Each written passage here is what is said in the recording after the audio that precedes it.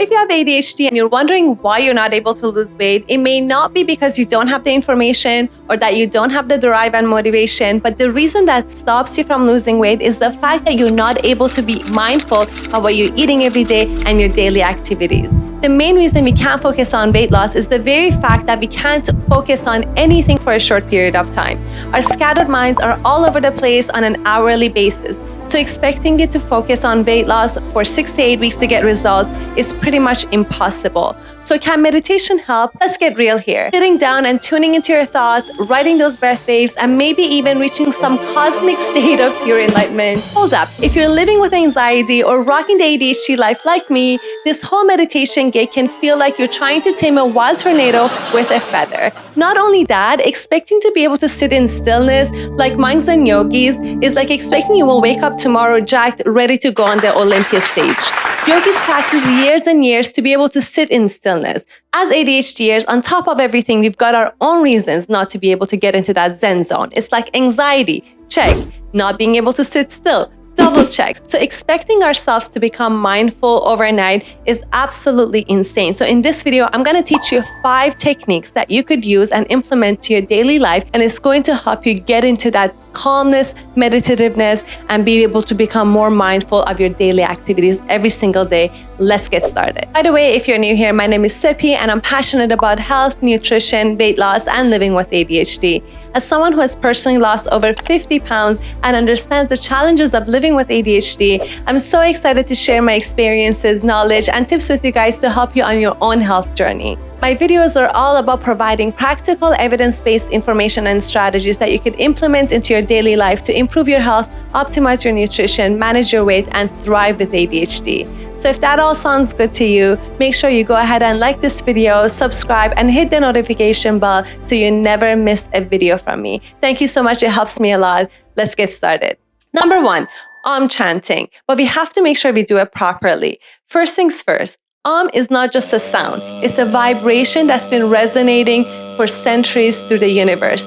Think of it as a cosmic hum that connects us to the universe's rhythm. Uttering this chant for 21 times can do wonders for your state of mind. So here's the lowdown. As you build out that chanting, you're not just humming, you're on a wavelength journey. It's like being a sound surfer riding the cosmic waves. And here's the twist. You're not just chanting blindly. Oh no, you're multitasking like a champion. You're nailing that pronunciation while keeping a mental tally of your chant count, all while your eyes are closed. Sounds like a challenge. It is, but trust me, it's much less terrifying than sitting there with your thoughts. And don't sweat it if your focus train jumps tracks still. We've all been there. I've been there. I've got your back with a YouTube link in the description below. It's like your own guru teaching you the ABCs of chanting, how long to keep the sound rolling, and guess what? It will even chant with you along for 21 times, so you don't even have to keep track in the beginning. Once you get a hang of it, you can stop listening to the link. Number 2, cold showers. This one needs a little bit of convincing. I understand because I know it's not easy. I mean, especially coming from somebody who loves extremely hot showers, super long showers. I totally understand how scary cold showers can be. But hear me out. There's more pressure on our hearts as people with ADHD. We're known to have more anxiety, which means higher heart rate, which eventually results in us to be more likely to die prematurely. So we have to be constantly in a search of ways to lower our heart rates, to be able to lower our stress even more than other people. This stress can be emotional, physical, bacterial, mental, congestion, digestion. This method can actually help with all kinds of different stress. Step 1. If you have an Apple Watch or Fitbit, make sure what your resting heart rate is.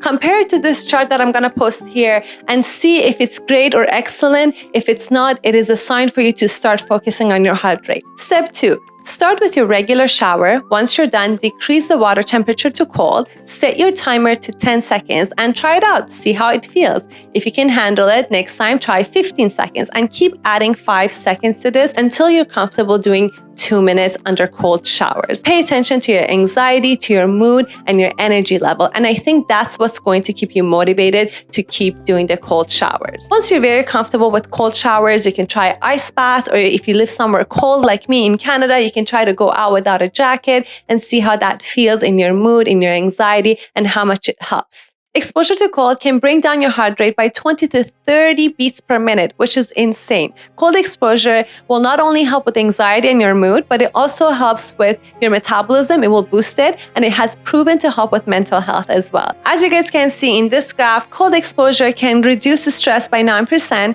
and if combined with breathing techniques, it can decrease stress by 21.8%. Which brings me to my next point, number 3, breathing techniques. If you notice your breath when you're very anxious, you will notice that you're breathing more frequently compared to when you're calm. Your breath, in addition to your heart rate, is a very good indicator of your mental state, so you have to pay attention to it. There are countless number of different breathing techniques that can help you with stress and help you get into a calmer state, but here's my absolute favorite that is worth mentioning in this video. Sukha Kriya combines gentle movements with conscious breathing. It's like a dance that syncs your body and mind together, and it's shown to give you improved focus, reduce stress, and a sense of inner calm. So whether you're chilling at home or sneaking in a mindful break at work, Sukha Kriya can be your pocket-sized mindfulness tool that you could use at any time. Sukha Kriya goes back into ancient yogic tradition. It is very important to follow the right steps to perform these breathing techniques. It is very similar to alternate nostril breathing. I will leave a tutorial of that in the description below for you guys to try.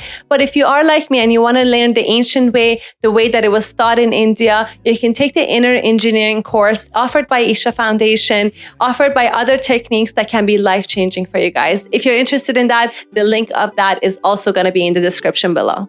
Number 4, 61-point meditation. The 61-point meditation is often considered a preparatory practice for more advanced forms of meditation and is perfect for people like us with ADHD because it helps us relax and it has a great impact on our concentration. It's a body scan that you could do it at any time. There are 61 points on your body. You have to lay on the floor, close your eyes, and try to go through every point one by one.